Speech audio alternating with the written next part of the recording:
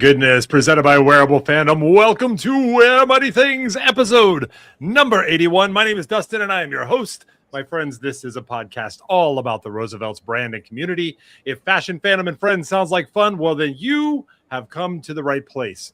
To receive all of our content updates, please hit that subscribe button, ring-a-ding-ding on that bell to get notifications of our new content as it releases. It is fantastic to be back with you guys here on YouTube, and we are also conveniently available over on Facebook this time. We are streaming directly to the Wearable Fandom channel, so hopefully we will invite a few new folks to find us, come and join us and chat along.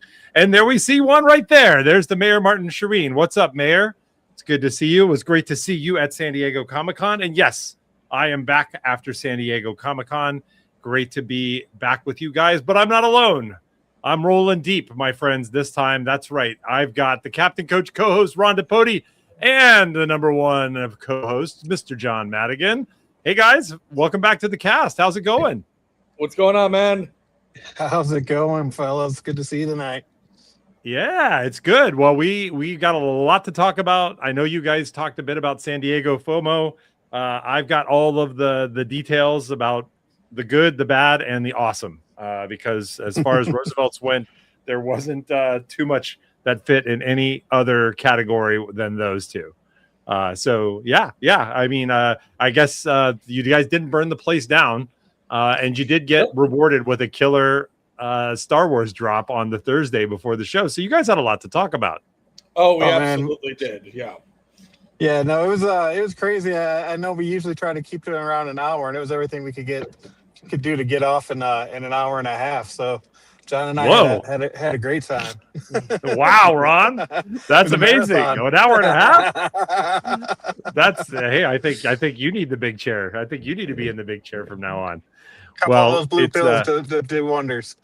There we go. Well, it's great to be back with you guys, and of course, everyone who has joined us on the live stream. We've got Gary and Debbie are here. I spent some time this past weekend with Gary and Debbie, and they were awesome as always. And we will talk a little bit more about them in a few minutes. The mayor, Martin Shireen, is here. I got to spend a little bit of time with Martin as well, and he was in good spirits, doing very well over in San Diego. I see Jeff is here. Hello, Jeff. Who's that Martin guy, he asks. Well, you know, the mayor. Martin is the mayor. Everybody's voting for Martin. Martin's getting my vote, at least as far as the mayor. What about you guys? You guys voting for somebody else? Hey, I'm throwing my name in the hat. You know, there's a lot of East Coast representation with Martin and Dan and Arlene. I think we need some West Coast. So vote Ron, best in the West. Wow. Wow. Announcement. Wow. Okay. Mayor, captain, coach, co-host, and mayor.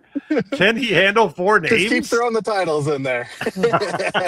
A lot. Okay. But in all honesty, love Martin. Every time he's been out to Denver, we've had a great time. So good to see him on tonight. Yeah, Martin is the best of people, and yeah, it was great to see him, great to see everyone, and great to see all of you here tonight. Let's talk a little bit about the reality of Comic-Con, at least as it relates to the Roosevelts, the experience of the Roosevelts, and man, well, first of all, they didn't skimp on the content in terms of shirts, hats, joggers, you name it, they had it. I mean, they rolled deep, and they also had the Star Wars drop. They actually had stock that they took with them to San Diego so that people would be able to purchase some of those new shirts right at the booth directly. What was the final count? Ron, I thought you had actually counted up every piece of stuff that they had. I was trying, and I don't even know how accurate it is, but you know, with what they had put in field notes for the 3 stands, and then even like, you know, what was on the poster on Wednesday during the preview, and then, you know, all the little drops that kind of popped up out of nowhere. Like last I counted, and that's not counting the Star Wars drop from Thursday, which they had available. I had counted 76 items for sale, not including pins. And so if you're talking another, you know, half of the Star Wars drop from Thursday, you're talking they were probably around 80, 85 items for sale between the 3 booths, and that's just insane. That is bonkers. Okay, well, there's been a lot of talk. I'm sure you guys will have some things to ask or some curiosities that you want to ask about. So I want to talk about and describe my experience with the booth. I want to describe my experience with Moxie, and I think that'll probably cover me. And then if you guys have any questions or any things that you want to get into or things that you're curious about, let me I'll let you guys ask, and I will do my best. So first of all, let's talk about the different booths. The booths for Star Wars were in effectively the same location as they were last time. The booth size was the same, and they actually had people lining up along the wall, and they had a very tight line that they could do 3 deep, which was pretty awesome. They did Breakfast Balls booth was in the same location, and similar to the last year's, the Breakfast Balls did not get a heavy amount of traffic, although they were reporting some stuff that got sold out, like the Snoopy hat, which of course I was after it. And then the main booth, and the reason why I saved the main booth for the end is because I wanted to describe it, and then I also wanted to make sure that you guys could understand why this booth is actually important, because I asked both John and I also asked DTH if they were planning to use that booth for D23, to which they said, yes, that's the intention. We are planning to use this booth. So you're going to see that booth again. And let me see if I can, I'm going to actually take it to the content here, because I want to be able to actually put a visual with what we are doing here. Let's see. Well, is that the one window? We want that one. We don't need the audio. Okay. Bing, bing. There we go. Yeah. Okay. So I posted a video of What's Wearable, which was the What's Wearable tour to go around the show floor. That was not just limited to the Roosevelts. In fact, this is you can see this Vader gym bag. I thought of you, Ron, when I saw this. I don't know if you've watched this video or not, but oh yeah, this bag is actually pretty awesome. But let me jump and happy that I put timestamps in this video. Okay, all right, so we can kind of roll along here. So we were actually working. So this is the main booth, okay, and you can see the matrix of shirts that they have up at the top there. And then on the left, they had this big video screen. That's going to become important when I talk about the randomizer. But this is the booth layout that I believe that they're taking with them to D23, and I think that that's important because you'll see. I might have edited it out, but they have a couple of like windows inside of the booth, and the line is actually self-contained inside of the booth like they are at D23. So John, you'll remember last time at D23 they actually had all of the booths. Well, they had the mystery booth, but the line was inside of the footprint of the booth itself. There was no standing in lines in the walkways. The walkways were all clear. Do you recall that? I do recall that, yes, sir. Yeah. So this booth is the one I believe that they're going to end up using at D23. And like I said, I did ask John T as well as DTH, and they said yes to both of those. So that booth is pretty good, and I think it kind of it had a bunch of stuff as well for the treasure hunt inside one of the capsules, the presentation areas. You could actually see a bunch of old weathered newspapers, and so you're standing in line. You remember when we were talking about whether or not the holes in the coins mattered? Yes. You guys remember that? Oh yeah. I do, yes. The little holes.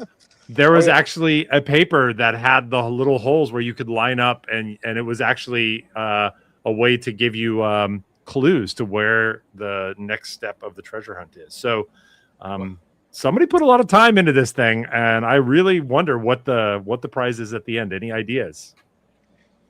It's a good question. My wife and kids spent a good deal of time yesterday trying to kind of piece through so a lot of the clues and stuff that we have. I actually got a picture of that map that you're talking about. So trying to move things around to get the clues it's so deep and so fun. I think the only thing to me right now is with what John had said John T said last week, kind of regarding some issues that they had with the coins. Just wondering how far this is going to go, or if things are actually on kind of pause like they made it sound. So, but I know, John, you and we got our coins ready to go. So we gotta start putting our brains together on this to get this figured out. we got to start figuring this out. And then, of course, there's the whole thing of where is Sarah? We have the Kunu Chronicles, and we're looking for Sarah now. And that's a good question too. Like, are those connected? Are they separate? Like, are there two kind of hunts going on? Do they both lead to the same place? It's getting pretty deep. That's for sure. It is getting pretty deep. And while we're in it pretty deep, you can tell I'm a little bit out of practice as a host because I haven't asked you guys what shirt you're wearing. So, Ron, what are you wearing, my friend? Well, my wife Megan and I are actually on our way down to the theater to see The Sound of Music tonight, and I thought that it would be fun to wear Harper's Hearts, something very inclusive to the community, and something kind of neutral-ish for a night at the theater. So bust out that and the fedora, and ready to see some good Broadway shows here in Denver. Are you gonna do the so long, farewell, auf Wiedersehen, good night? When it's time for me to jump off, I'll make sure to do that. Adieu to you and you and you. All right, John, what are you wearing? Well, today is Spider-Man Day. So Spider-Man is a brand new day, is out in theaters right now. Today's the opening night, so I thought Spider-Man the meme would be appropriate to put on to celebrate Spider-Man. So that's what I'm wearing today. And Dustin, you want to know something crazy? There's actually an official Spider-Man Day, and it's August 1st every year. I put it on my I have like a calendar full of nonsense like this. So Spider-Man Day is officially Saturday, John. It's officially Saturday. And we will be together for it. How nice is that? Well, yes, we will, and we will sling some webs all over town. Yeah. I'm wearing one of the exclusives from the show. This is Saber Stripes. This is a seersucker, and I wanted to go last because I don't know if I've seen this before, and this is one of those times where we need the Danimal here to kind of fact check me here. But when I cut the tags on this after I got it back home, you see this? Yep. Sorona. Have you seen this before on any other tags? Yep. All the seersuckers have that. Well, really? Because I don't think the Pixar ones have. I don't think the Pixar. This is my third seersucker, and I don't remember seeing this tag on any of the other ones. I have 100% seen that tag before. I'm sorry to burst your bubble. No. I'm not saying that you haven't seen it. I'm saying I haven't seen it, and I own 3 seersuckers. And this material does not feel like the other seersuckers either. It's not as heavyweight as the Pixar ones. I wear those. I wear those pretty regularly. For those who are not aware, so this Sorona polymer is what they're making these seersuckers out of, and on the back, it says, some stuff. It says, discover the feeling. Inherent movement and comfort. Can confirm, can move, can be comfortable. Partially plant-based is what it also says. It says it's 37% renewable plant-based. See the label for complete fiber content. So that's pretty dope. It means that like most of the seersuckers are not made of Kunuflex. Is basically not 100% Kunuflex is what I'm reading into that. John, is that track with what you understand? Well, I thought seersucker is its own material. No, I mean, seersucker not a material. Seersucker is a style of shirt, but I could be wrong about that. Yeah, seersucker is a thin, puckered, striped, or checked cotton fabric known for its cooling airflow, wrinkle-free convenience. Its name comes from the Persian words meaning milk and sugar, describing its smooth and bumpy texture. How about them apples? How about that? I'm glad you said though that this is lighter than previous seersuckers for you, because It is. I only have one. I only have the deep from quite a while ago, and I didn't like the weight of it, so I haven't done another seersucker since then. So maybe I'll have to give it another chance here at some point. Yeah. Jeff dropped some knowledge here that it's partially bio-based polymer offered by Covation Biomaterials, composed of polytrimethylene terephthalate. Yeah, that thing. Based fibers, and originally commercialized by DuPont in 2000. So it's a relatively new fabric. Terephthalate. PHTH is like not a very common sequence of consonants in the English language. Oh, we see Valenciara is here. She's saying hello. Hello. Here. Macy says hello. Hi. Yeah, Macy is there. And as long as Macy's chill, I'm like, that's pretty good. Gary tells us he used to go to Sears for his seersucker shirts. Now he goes to Cox. Okay. Okay. Very nice. Sounds like a personal preference. Yeah. Well, hey, all right. Let's keep jamming on here. The booth. So the booth was cool. I think we'll see that booth again, and it was well organized, well run. Lots of staff that we had not met before. And this is the biggest event that I've been to for Roosevelt's this year. So it was operated very differently. You saw John hanging around, but John was not running the booth. Some of the faces that like Justin was in the back, Pete was in the back, etc. There were familiar faces, but they brought a bunch of new people as well. So I think D23, I guess they'll have one booth. I guess that's the expectation. The map came out. They have one booth. Yeah, so they have one booth. They'll probably have a different setup, but the vibe is, just to close off on the booth, the vibe for the booth was very different. There wasn't space to hang out, and it was kind of it wasn't actively discouraged because people still did it on the fringes, but you always felt like you were in the way if you were just kind of like hanging out. Whereas in the past, you would just show up and hang out at the booth. Eventually, somebody you knew would show up. So that was a little bit of a different energy as well. There's no place to hang out in the Star Wars Pavilion. It's just you're jammed up against something, and so that was definitely noted. So let's shift and talk about the Moxie. As you guys heard, the Moxie was going to be the home.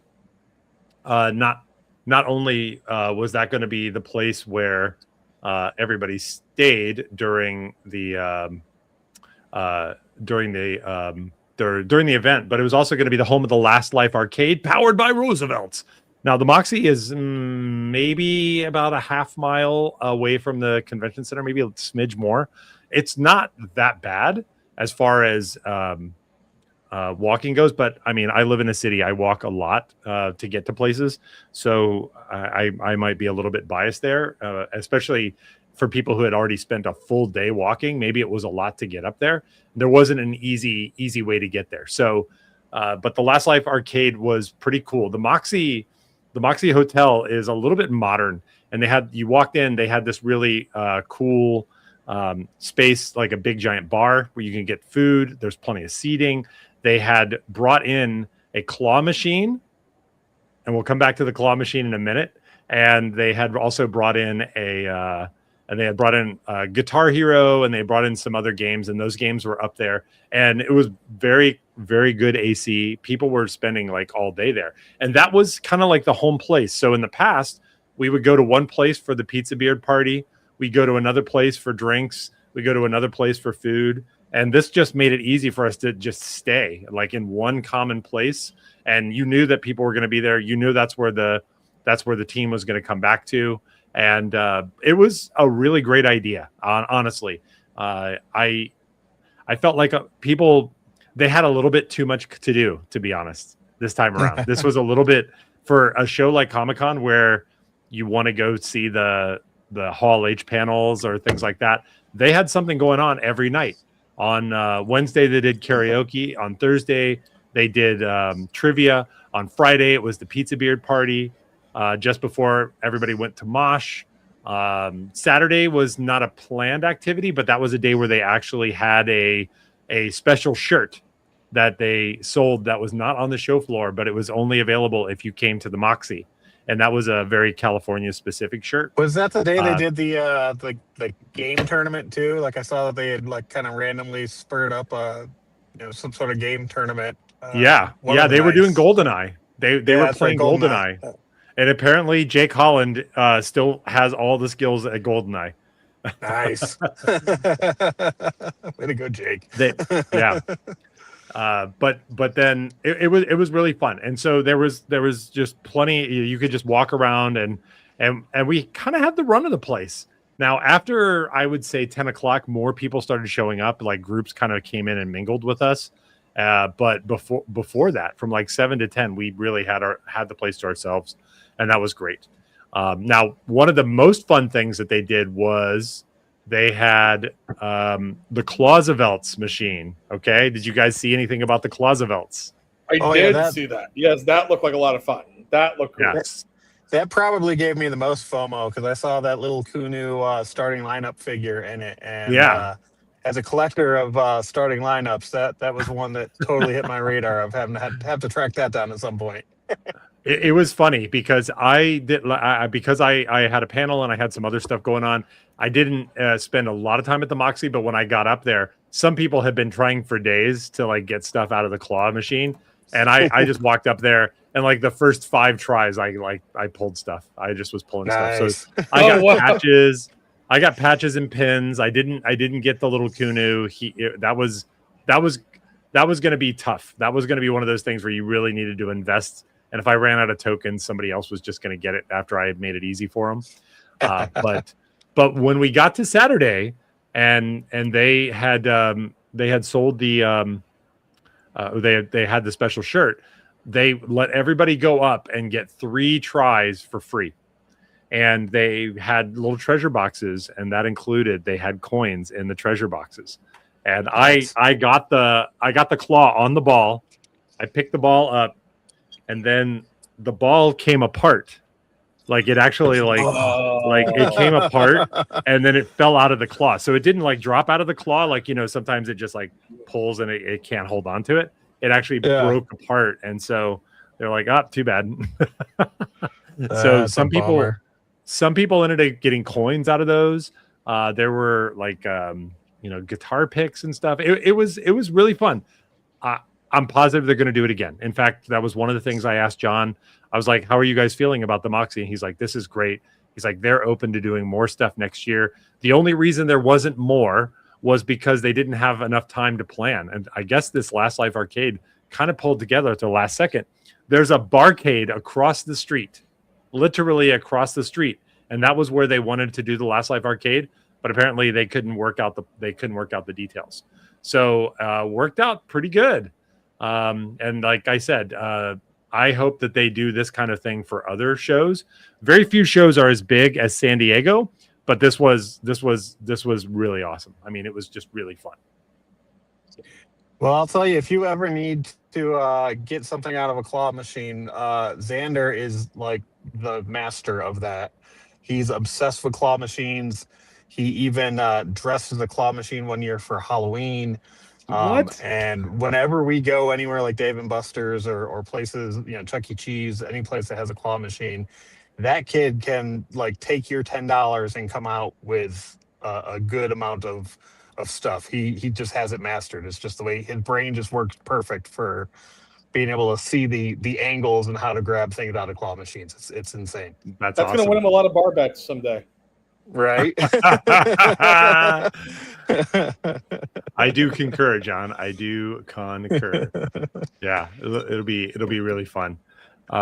Cool. So then the only other thing that I wanted to make a mention about was the chaos drops and fast passes. I haven't paid attention to whether or not fast passes have been offered in previous shows during the course of this year, but they did offer fast passes on a day-by-day basis for 2,500 reward points. And the benefit of a fast pass was that you could, one time per day, you could come to the front of the line and then just go in. And they would just they would put you in as like you were the front of the line. You could do that for each booth. You could do that one time per day. If you got access to the special version of this, though, I guess they were letting you do it over and over again. So there was a ultimate fast pass, and that was 8,500 points. And 8,500 points, you could basically just go to the front of the line. I don't know. It's supposed to be that, it's supposed to give it to you once per day, but I kind of felt like they just let people go to the front of the line if they had that thing. And I saw a couple people using it. And when we get to the chaos drops, it became a pretty big deal. So on social media, they posted, if you're not first, you're last. And they had a chaos drop that was at about, I guess, 3 o'clock, 4 o'clock. And they had one shirt per booth. So there was the Mickey thumbs up, which you guys have seen that shirt by now. There was a Darth Maul shirt. And then there was a limited edition Jurassic Park kind of Scottish pattern that they had with the Velociraptor. And if you got in and you got in line, they had no limits on how much you could buy, which is very different. It was kind of like run like a drop zone in a weird way. So I saw people buying 10, 12, 15 shirts. One guy bought 4 of every size. And so that was how it was. So I just happened to be in the right place at the right time. But then I was like, oh, I'm sure I'm not going to get the Darth Maul shirt. And then I walk over and got the Darth Maul shirt. So I think what had happened was when they announced it, a lot of people had already left, or they had kind of done the normal thing, which is you show up, you get in line, you get your Roosevelt shirts, and then you go off for the day because you've done your thing. So this was kind of a little bit of a reward for people who were there during the full day. Well, and especially having the kind of headquarters at the Moxie so far away, anybody who had dipped out, it wasn't a quick run back up the stairs to get there kind of thing. You're half a mile away when you got limited notice. So 100%, I was shocked to hear that after they had been so good all weekend with the limits on things, that for that drop that they let people just kind of go wild. And I mean I've heard of some people saying that some people walked away with 30 shirts, $6,000 worth of shirts, things like that. And that's just that's just mind blowing with how kind of stringent they were the rest of the weekend. They were very stringent. They were monitoring it really well from what I saw. Admittedly, you guys know I've kind of retired from standing in line a long times. So I wasn't there to see who was abusing, if anybody was abusing, but I definitely saw people going deep on those shirts, and they characterized this as a chaos drop. That was how DTH referred to it. It's like, this is a chaos drop, which basically means anything goes. Apparently. Wow. Well, quick question for you though, with the fast passes, with the amount of stock that seemed available, it didn't seem like things sold out quite as quickly as years past. Was it even worth cashing in the points and using the fast passes? Because it seemed like stock held pretty strong most of the way through. I think it depended on the shirt, but a lot of the shorts especially went quickly. The Kunu shorts. All of the ones that you would need to make a tux, the shorts went really quick for the exclusives, and so I think they might have understocked on those because they didn't want to get stuck with them versus the shirts. But I think it felt like there was enough going around that people had shots to get them, but at the same time, there were plenty of people saying, "Oh, I couldn't get that," or "I couldn't get this," and blah blah blah. Right.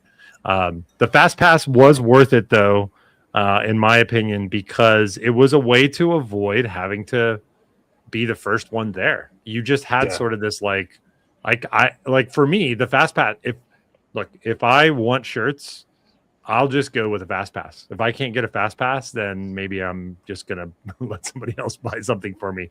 I don't know. I think for me, when I've got to make a bunch of videos and walk around, I can't be stuck standing in line for like 3 hours. That's like a lot of valuable time that I'm missing out on.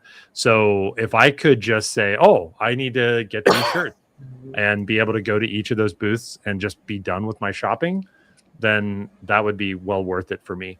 But my points are going to expire, and maybe we'll come back around and talk. Did you guys talk about that last week? We did. We did a little bit, yeah, because we had just come out. Somebody didn't watch last week's episode. That's what I'm hearing. I didn't finish it. That is true. He's been asking.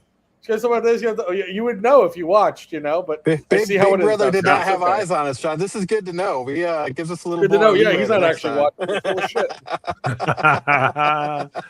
All right, let's check back in with the audience. Gabe's here. What's up, Gabe? Good to see you. Gabe. Gary has a comment here. Sunday they sold the Kunu figurine in the main booth where the randomizer was $25. Oh, I wish I'd known that. Nice. Yeah. Unofficial name was Rargyle, which was better than the official name, which I absolutely agree with you, Valenciara. Unofficial name, Rargyle. Rargyle was the best. I really liked that design. I just wish that it had been on a Kunu and not on a Pola. Yeah. I mean, it looked like a really good golf shirt, to be honest. I'm like sure, it definitely looked like a good golf shirt. Shock drop. Gary is correcting me. The shock drop. Now, remind me, guys. Has there been a randomizer at any cons before this? No. Not that Did you guys see my video that I posted on Insiders? Yeah, that was really cool. Seeing like the video screen that they were using and the big red, pretty much game show button. It looked fun. Big red game show button. Yes. So to link the topics about FastPass and the randomizer. So really quick setup for people who didn't see it. The randomizer was a cool effect where you could press a button, look at the screen, and then something cool could happen. And there were a bunch of different prizes there. One of the things that you could get was free lunch at the Moxie. Another one was free Kunu. You could just go up and pick up any free Kunu. Gary ended up winning that one. I'm pretty sure Gary won a free Kunu. Nice. And then, of course, the thing that everybody wanted was the red Pixel Mickey. And so you could potentially get a Pixel Mickey, or you could get like me and get a better luck next time. So to answer your question from what feels like 10 minutes ago, Ron, was the Fast Pass worth it? Yes, it's worth it if you don't have a lot of time to stand in line. And it was worth it because I was able to use my Fast Pass to go. I was number 2 behind the guy in the chair to do the Fast Pass when they had the last 20 Pixel Mickeys available. So nice. Gary wants me to show the video. No, Gary, everybody's seen that. Gary played a very awesome figure in that one. I don't know if you guys saw it. I said, Gary, I was playing for Gary. So I have fair skin. I don't look good in red shirt anything. So I was like, I'm not going to get this Pixel Mickey. Gary was there. Gary really wanted the shirt, and Gary got to go to Hall H. That's one of the things. If I know, John, you're going to be at D23. You should talk to Gary and Debbie about their Hall H experience. They were standing very close to Ryan Reynolds in the Canadian tuxedo Deadpool outfit. Yeah, they were so cool. Super close. They were super close. But I decided I was just going to play for Gary, and then Gary was in that little video, and I cut some things. I cut some things out and cut some things around, but it ended up being pretty good. And I lost, but other people won as a result of me losing. So were you limited on how many times you got to hit the button, or was it just a matter of how long you would stay in line? Or well, great question. You could hit the button once, and then you could go to the end of the line, and you could keep hitting them until they were out of prizes, if that's what you want. So Gary spent 20 hours in line. Did he eventually win? Did he eventually get the shirt? Oh, sorry. He was in 20 hours in line to get into Hall H. Oh man! He wanted to be there to see the Marvel randomizer. I'm like, holy shit. I'm like, Yeah. I hope after that, I'm like, I hope someone got him the shirt. Somebody just give I'm him like, something. I was about to be like, I don't know if I'm doing the randomizer. I'm like, I don't know if there's anything in there that I want that bad. I'm like, 20 hours. Yeah. But yeah, they were in line for Hall H. They showed me some really great photos and pictures that they had, which was good. I was very happy for them. And yeah, so hopefully Gary, you will find your way towards a Pixel Mickey. And yeah. Cool. So before we close out on Comic-Con, any other thoughts or questions, reactions from your part, kind of being away from the event? What did you guys think of what you were seeing? It looked like you were having a great time without us, and it looked like you didn't miss us at all, and I was a little sad about that. That is correct. That is correct. Yeah, you didn't miss.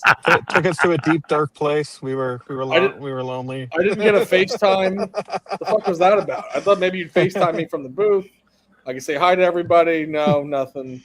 Yeah. I was a little disappointed, Dustin. Not gonna lie. Well, including the fact, and it kind of leads me into the thing that I'd also like to know about. I know we had hoped that you would join us on the show last week, and then you're kind of running up against some things with your panel. How'd the panel go, and did you consider that a success? Give us the tea. Give us the drama. Yeah, the panel was great. So as a setup, I helped put in a proposal for a panel. In fact, I have my badge right here on my nameplate is right here on my desk. I didn't put it here for the show. I just have it on here to remind myself that just had it conveniently there to show off. Yeah, we get that. Yeah. Well, it's this was a goal, and this was one of the things that I said to a lot of people while I was there. I said, hey, at the beginning of the year, I set goals, write them down, and one of the goals was speak at San Diego Comic-Con, and so it was a realization of one of those. Our panel was in the Marriott, and that is a little bit of a hike. It's like outside of the convention center, so you have to go past Hall A, then you have to go down this carefully monitored walkway to get to the hotel. Then once you get in the hotel, you've still got to walk a pretty good amount. So we were kind of out in the outer fringes of the content area. But when we got there, I'd say there's about 85, 90 people there. Gary and Debbie were there. Kevin Wilcox came. Shauna and Brian Bonner were there. There were other insiders there as well. Some of them snapped some photos, and we had a really good time. I'd say we had like 85 people there, and I think I mentioned it on the cast 2 weeks back, but Richard Taylor, who's the founder of the Weta Workshop, joined us, and he was there. Guys, the Weta people are going all out. They are offering models of like Rivendell and stuff like that that they use to scan, and they're starting to make that stuff available. They're licensing it, so you're starting to see like some of these Middle Earth characters and these dioramas. They had some jewelry sets that were available for sale, and I'm just walking by, and I look over, and John Rhys Davies, aka Gimli or Sulla, depending on whether you know him from Indiana Jones or from Lord of the Rings, he's sitting there in the booth. And he's just chatting up people, and there's no line to talk to him. It was awesome. That was one of those holy crap. It could only happen at Comic-Con. Well, who else did I see that was famous there? I saw Guillermo del Toro. He was there. He was in a booth that was signing Pan's Labyrinth, like this 20th anniversary art book, which was like a really great collection of like images from the film. He was just there. And then who else did I see? Bruce Dickinson, the lead singer of Iron Maiden, he was in a booth doing signings as well. For some people that's a big celeb get, but yeah. So yeah, a lot of the celebs were out too. I did not see Ryan Reynolds in the Deadpool costume before you asked, because were you around the Roosevelt's booth when they did the Bob's Burger announcement with the new Bob's Burger trading cards? Yes. And I was not there, but Josh Clements, my good friend, was there, and he actually was able to open up some of the packs. Those packs were actually in the Clausevelts, and I learned some interesting stuff. first of all, Josh opened with the cast. He ended up with a 1-of-1 original sketch card. I saw that. It's badass. And that was super cool. And I didn't realize that Upper Deck and some of these other people. I met a guy who has done art for like the Marvel Ultimate Alliance card game and some other stuff. And he's like, yeah, they have like an actual card that they send you, and you have to just do your drawing and your sketch directly on the card and send it back to them. So it's like already printed and ready to go. It already has the logos. It has everything on it. And then, you can put whatever you want, whatever the subject is on the card, you send that back, and then they get it mixed into the packs. So those Bob's Burgers packs were actually in the Clausevelt's machine as well. I did not get any of those. They kind of lay pretty flat on the bottom of the thing. But I wasn't there for that, but it was pretty cool. Yeah. Well, that was super cool for Josh, because I know Josh is a big Bob's Burger fan. So the fact that he got to interact with them, and I saw the new Bob's Burger storefront shirt where they actually worked in like Hoboken and some other Roosevelt's language into the names on the stores on the storefronts.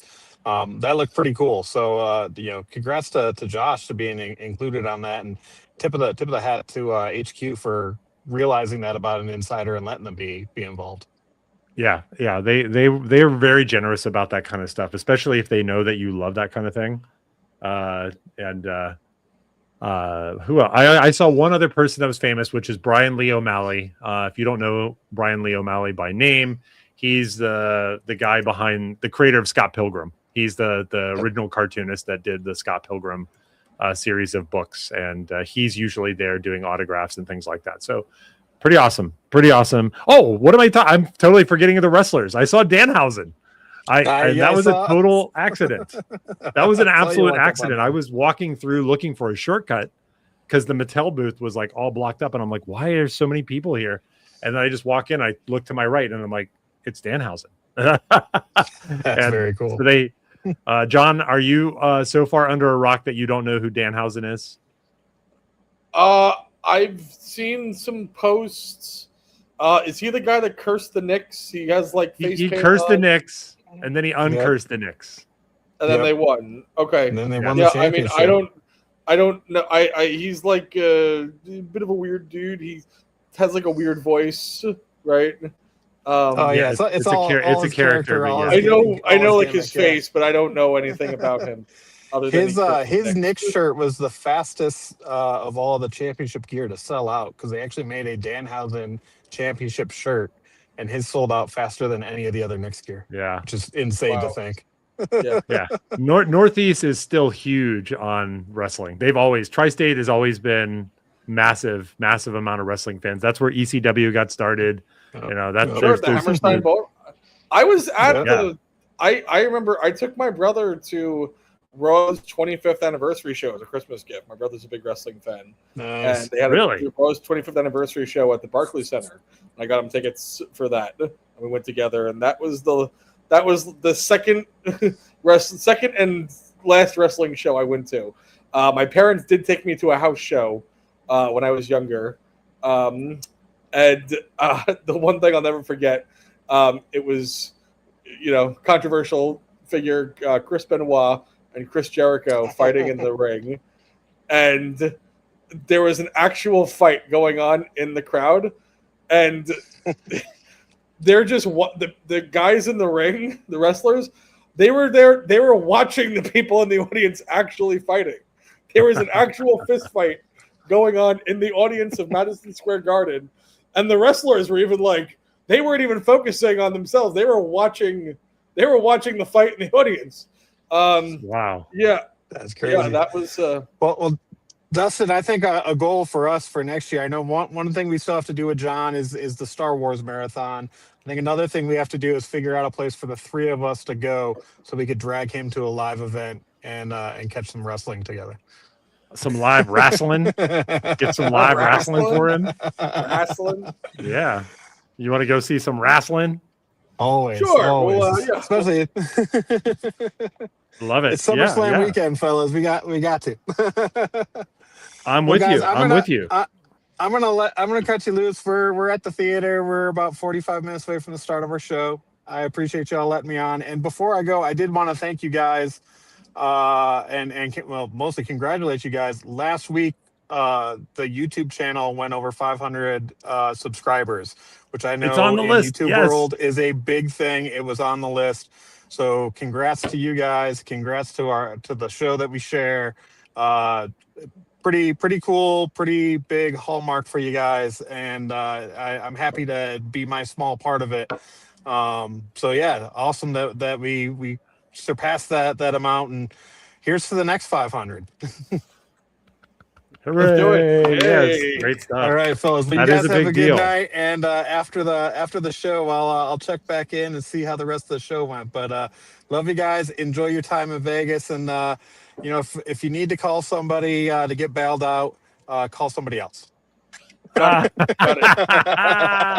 All right. Thanks, Ron. Have a fun Have a time. good one, fellas. All right. No, the hills are going to be alive with the sounds of Ron. Oh, yes, they will be. Oh, yes, they will.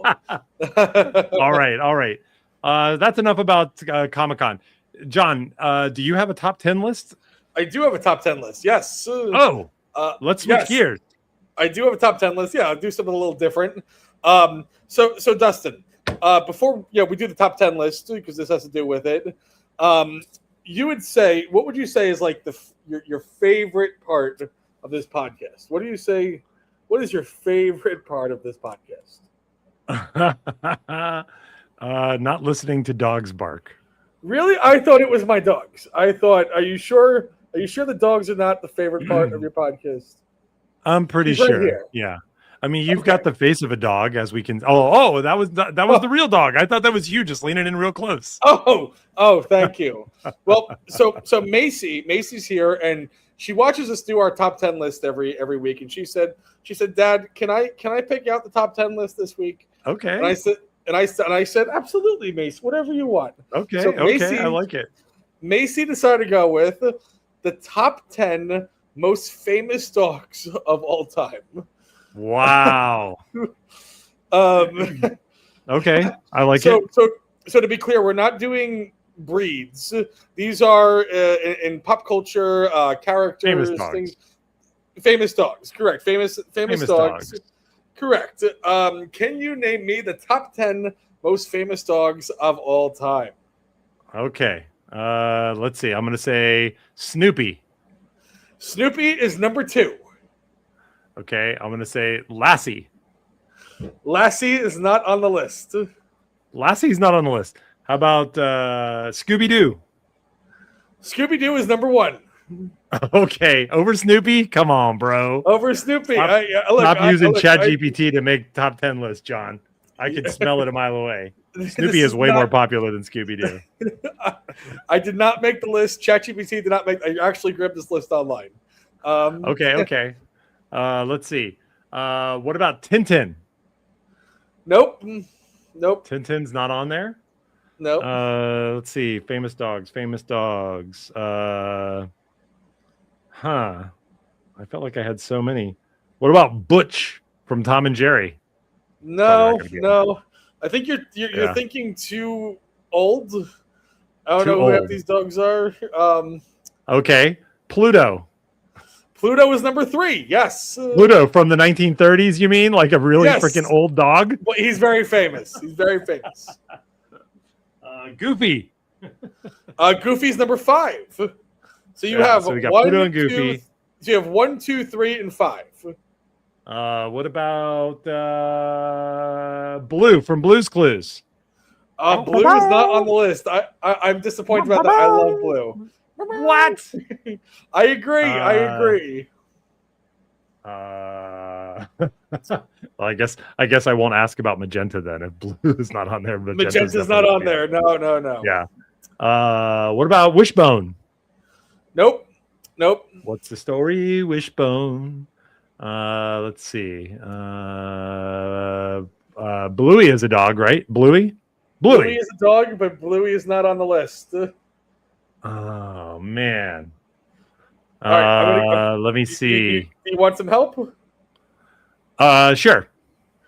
All right. So number 10, He lives with a cat. He lives with a cat. Cat dog.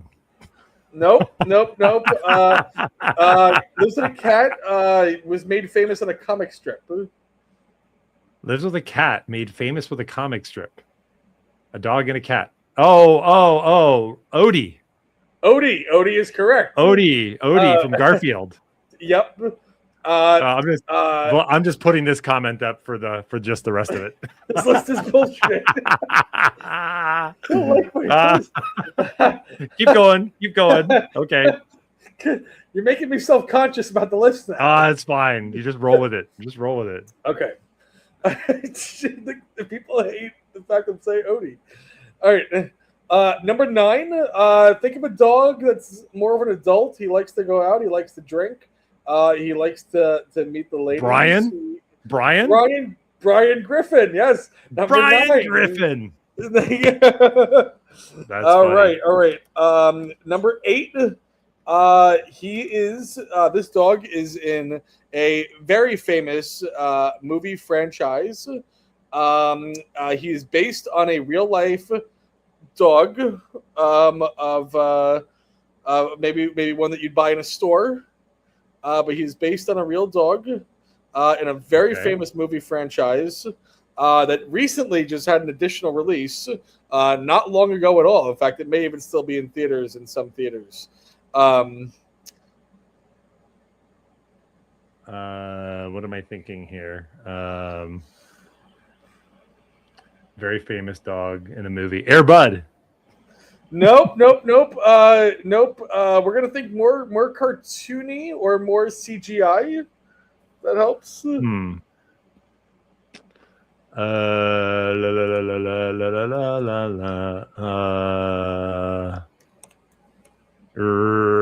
What's that? Is it no.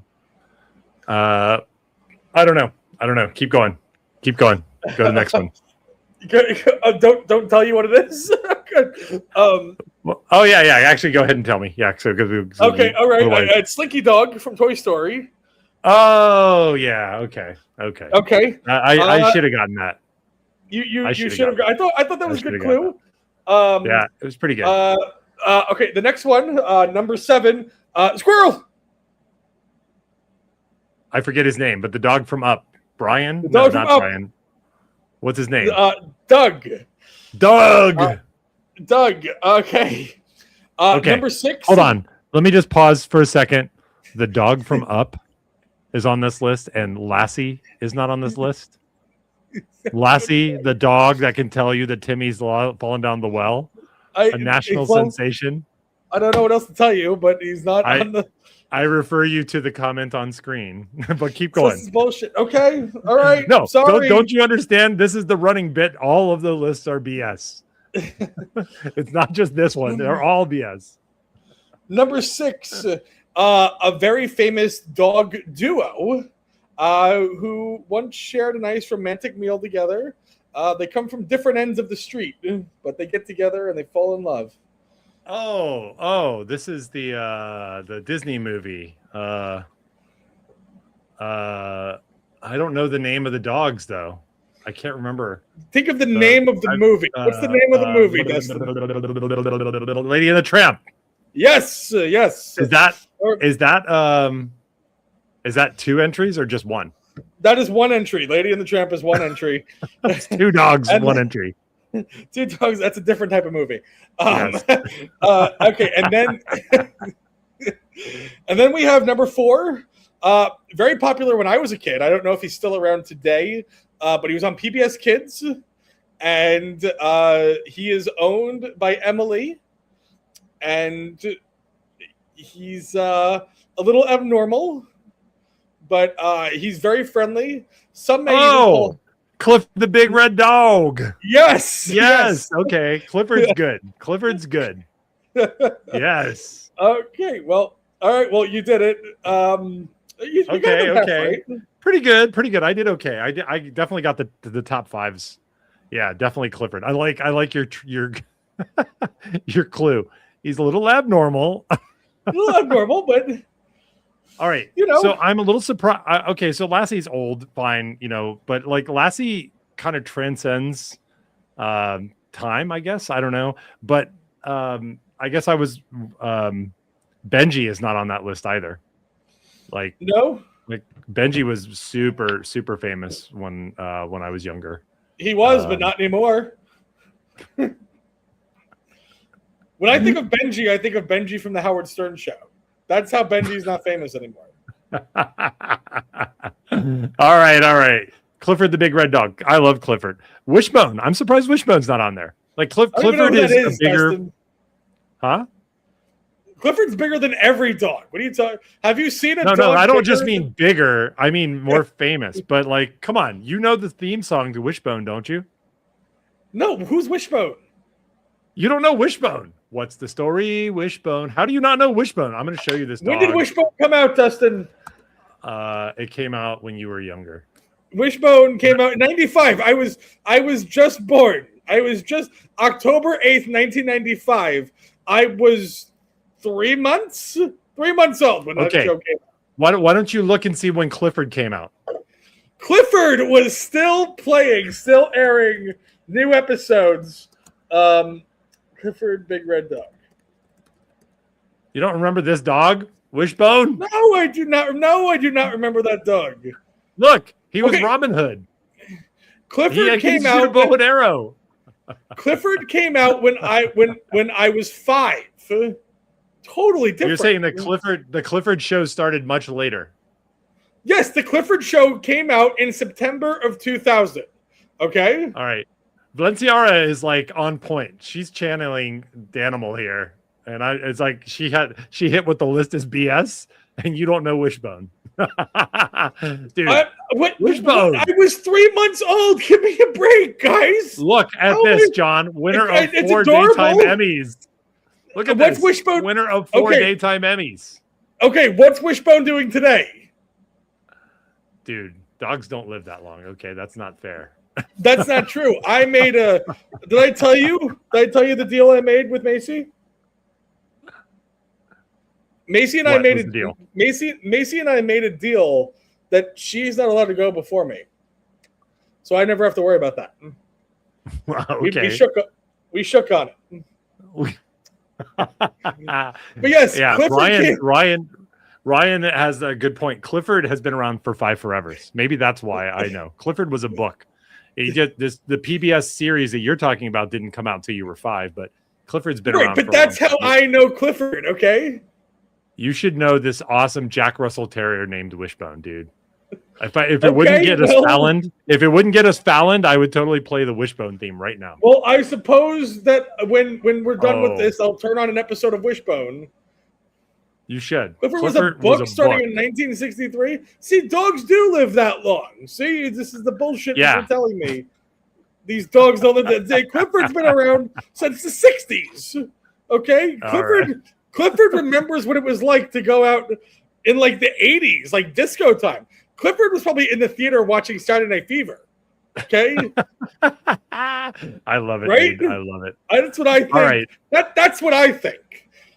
All right. Well, hey, dude. I mean, look, how can I argue with that logic? Let's go through and take a look at some of the drops that have happened since the last week. There's 2 big ones. There's the Wild Things, and then there's Minecraft. Minecraft just dropped today. And John, have you heard of Minecraft? It's a video game.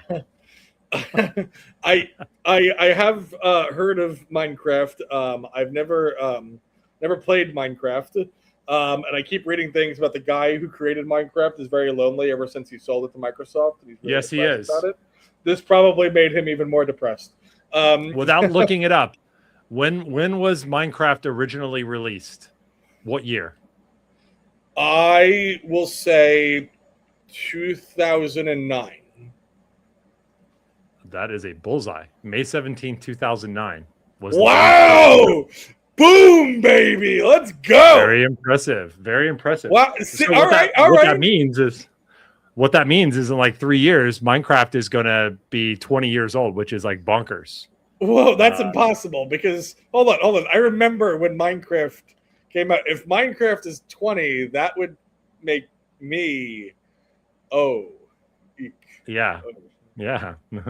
Wait, what? Yeah, there's How? there's one sports team that is undefeated, and it's Father Time. Yeah. You know that what they say is time wounds all heals. That's bullshit. I'm still going through it, but we'll see. No, time wounds all heals. It's not time heals all wounds. It's the reverse. Basically, time wounds all heals means that everybody gets what's coming to them in time. Yeah. My brother the heels get it. My brother was really into this. I remember that. It's probably why I never picked it up, truthfully. Well, okay. Let's take a look at the shirts so you can tell me which shirts you don't like. Although I do think there's a shirt in here. No, I do think there's a shirt in here that you would like quite a bit. No, I think it's cool. I think it's good for you guys. Do you know how to tame a horse in Minecraft? No. Is that a joke? Do you know about that joke? No. Tell us the joke. There's an episode of South Park. I don't know how much you watch. I don't know how much you watch South Park. A decent amount.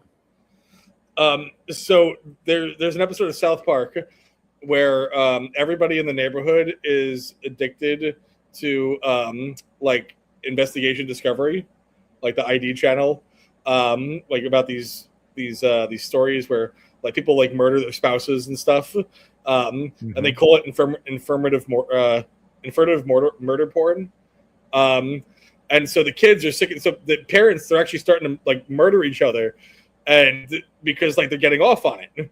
So the kids are sick and tired of watching the parents kill each other because they're so hooked on informative murder porn that they decided to put a parental block on the parents' TVs, and the code, the password, when they pop it up, the question is, how do you tame a horse in Minecraft?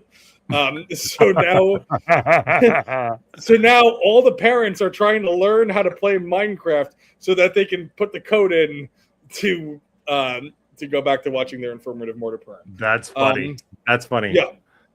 I missed that. Okay. I did off the air. I will send you a fun picture from the South Park activation that I went to. You did send me this. Yes. You and Randy. Yes, me and Randy. Yes, you saw that. Yeah, there's a couple other ones, but yes, that's send it over. Fun shirt. Okay. What is this? Minecraft drop. Okay. We got a couple of Kunu. We got 4 Kunus, 3 breakfast bowls, hat, 2 t-shirts, and we got youth Kunu Flex. We got ladies drops. Holy shit! This is a big drop. This is a big old drop. Big old drop. I didn't realize that Minecraft was that popular. Still, I thought it kind of fell off. Truthfully, I like is Minecraft still very is that still a very popular game? I remember it being very popular when I was younger. I didn't realize it was still really popular. No, it's not at peak popularity, but it's still really popular. Yeah. Okay, definitely a few things in here that I like. Shout out to Stone Cipher for making the mob menagerie. Mob menagerie. I don't know what that means. But Stone Cipher made that one. Oh, you mean Oh, sorry. I totally menagerie. Yep. That's it. Yep. Don't know what that is. But Stone Cipher made that one. A little resemblant of some of his other shirts we've seen him do before. But overall, a solid shirt. I think that looks that's a very Stone Cipher shirt. I think that looks good. He did a great job with it. But I mean my winner, my one that you'd see me buy. Dustin's already going to it. He already knows. You don't have to say it. Yeah, that is. He already knows. This is a John Ash shirt right here. That's got John written all over it. I can't see half the colors, and I love it. Exactly. Yes, I can.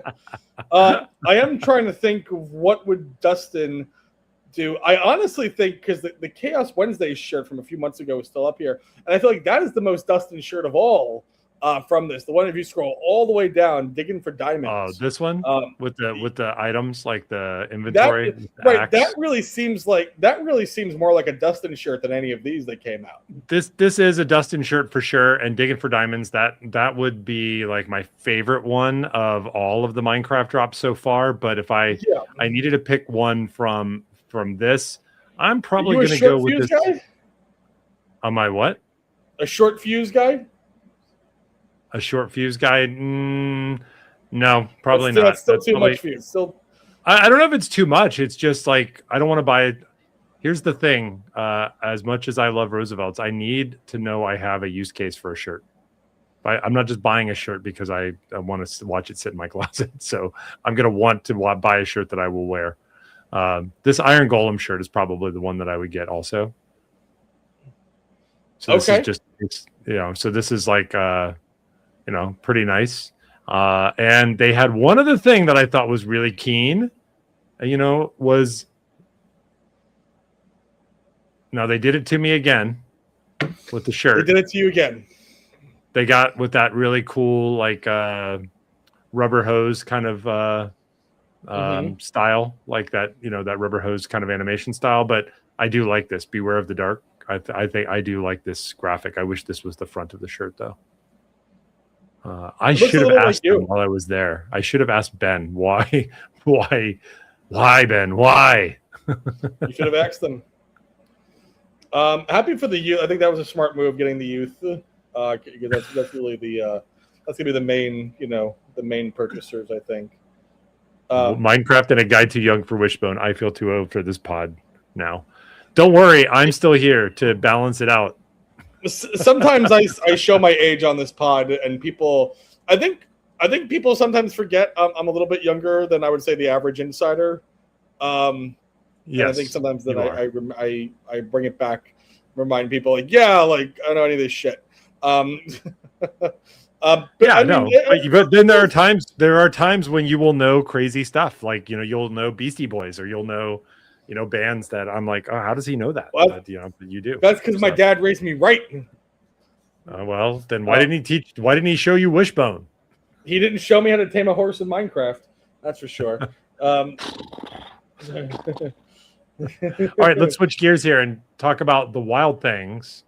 This is a set of Roosevelt's originals that came out, and some really nice looking shirts here. There's again 5 new Kunus, John, this time 5 new Kunus, and they came with ladies cuts as well for all of them.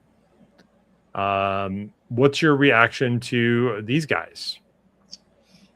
Yeah, so I think this is a very interesting drop. I'm not a big animal guy. I don't know if you are. I'm more of a family guy. I don't know. Are you a big animal guy? Do you like Dustin, what's your favorite animal that's not my dogs? My favorite animal that's not your dogs would probably be I'm pretty big into birds. I like birds. Really? Okay. Yeah, birds are All cool. right. Birds get to fly places. They don't have to walk. They don't have to wait for the bus. They don't have to wait for the train. They fly. See, I like a nice panda, though. They just look so cuddly. They look like something you can just snuggle up next to.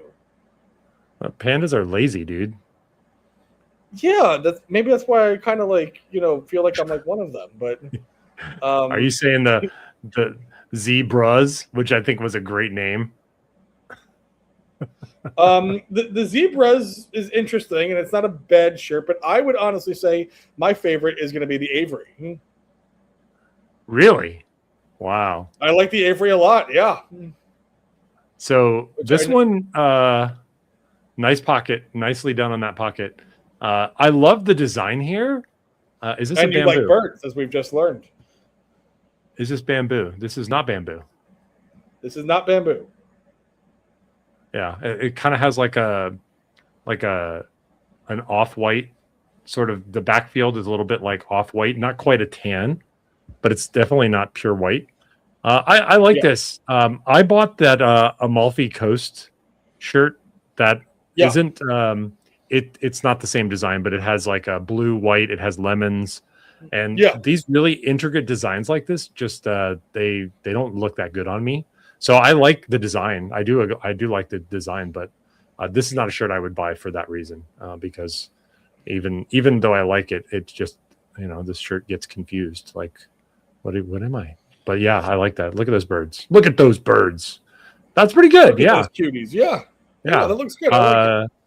The Tiger, Easy Tiger was a really good one too. I thought this was the one that you would go for, because look at the tigers, John. They're cute. I like the tigers. Yeah.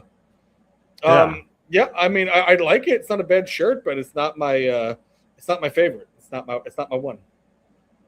See, sometimes you never know with me. I'm going to throw in a little curveball here and there. There you never go. know what you're going to get. The description is great. It says the tigers on the shirt may not look ferocious at first glance, but when it comes time to hunt, prey, battle for hierarchy, or defend their territory, they're still pretty derpy. That's why it says Easy Tiger. I like it. Derpy derps. Let's see what we got over here. The lemurs over here the lemurs hiding out here is kind of cool. Yeah, I mean, all of these shirts are pretty nice. I mean, I think some of them would look better on me than others. You hearing me? This one interesting. I like that. Again, the way that the heron is balanced in there. I wish that the design didn't quite repeat so close to the. You see how you've got a heron right here, then you've got one here, then you've got one here. I kind of wish there was a little more breathing room for the birds on this one, but overall I think some good stuff here. So yeah, I mean, pretty good. There was a comment also that Ryan dropped that said that they did a restock, and he got the Goofy movie possum hat. Remember that we were wearing that at MegaCon a couple years back when they had the prototype for it. Yes, that's right. Yes. Yeah, so I think that pretty well covers. You guys covered off on the skater dress and the Star Wars stuff. So I think we did. Yes. Yeah, you guys are on it. You guys had a busy week. That was busy. Yeah, it kind of rotates through. It's like you have a busy week, then you have like a little bit of a breather. So this is more of the breather, a little more of the breather. So right. All right. Well, John, as we've mentioned a couple of times on this podcast, tomorrow I will see you in Las Vegas, Nevada. You know it, buddy. I did have one more thing though I want to do with you, if it's okay. Okay. We've been doing this thing at work and it's been a lot of fun. And I thought I'd just involve you in it. We have a whiteboard at work, and one of my coworkers comes up with these just like completely random would you rather questions. Okay. And like I said, it's three things, and I just thought maybe something we'll introduce. I took a picture of the whiteboard, and I'm like, let me get Dustin's answers. Would you rather, All right. All right. So who would win in a fight? 100 silverback gorillas versus 1,000 men. 100 silverback gorillas versus 1,000 men. Yeah, so that's 10 men for every silverback gorilla. And we're assuming that they don't have like weapons or anything like that, right? It's just like the gorillas do not have weapons. Nobody has weapons. The gorillas. The gorillas do not have weapons. The most obvious side that we'd be expecting weapons from. Gorillas would win. Gorillas are stronger. I agree. You see, the gorillas will take that. Apes together, strong. Okay. Male and female celebrity crushes. You must answer both. That's two questions. Yeah. So male celebrity crush, female celebrity crush. I mean, it rotates through, but I would say legacy is Anne Hathaway. And guys, Sarah Jessica Parker. She's a man, baby, a man. Let me see. Guys, I don't even think about it. I'm just gonna make some wrap up. Dustin's trying to play straight right now. The Rock. I'll just throw the Rock out there. The Rock. Okay, cool. And then actually, probably Jason Momoa. I'll put Jason Momoa. I have a vodka signed by him. I have a bottle. Yeah, you do. I heard it's delicious. I mean, I should say I had a vodka. So no, I'm kidding. Anyway, last question: who would win in a fight, verbally and physically? 2,000 women or 1,000 men? In a fight verbally, who would win? 2,000 and who would women win physically? So okay, all right. So 2,000 women verbally against 2,000 men. Do you know 2,000 women versus 1,000 men? Oh, 1,000 men. Well, let's see. I think verbally the women will win. Yeah. I think the women will win. Physically, and it's just a fight. This is not like to the death, right? No, just this is a fight. Yeah. I'm giving it to the women because I'm that kind of guy. You that kind of guy? I'm that kind of guy. Cool. I'm giving it to the ladies. You did good. You did good. All right. Valenciara agrees with physically and verbally. There you go. She agrees with me. Yep. I'm giving it to the ladies. There's more upside giving it to the ladies than trying to defend a position of why one and one. Anyways. Why you would beat the shit of a woman, right? Exactly. Yeah, exactly. The ladies will win.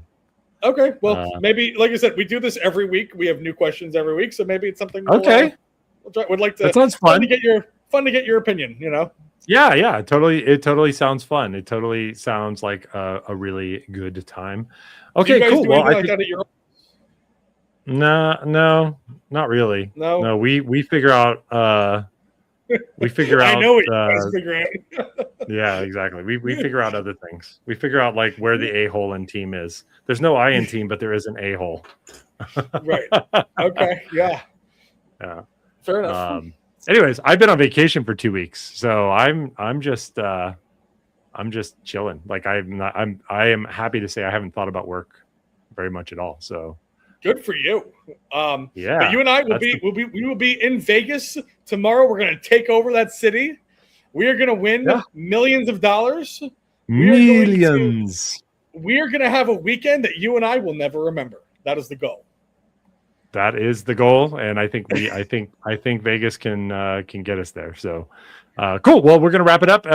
Quick reminder: make sure that you are subbed up to the channel. Thank you guys again for helping us get over that 500 bar. I was very impressed and excited to see that had happened, which was really cool. And we will be back next week to talk about what the heck happened on our Vegas trip. Maybe we'll record some video while we're there, John, and have a bonus episode. And I think we're gonna leave it there. So until I see you in Las Vegas, John, I want you to remember to wear mighty things. So long, everybody.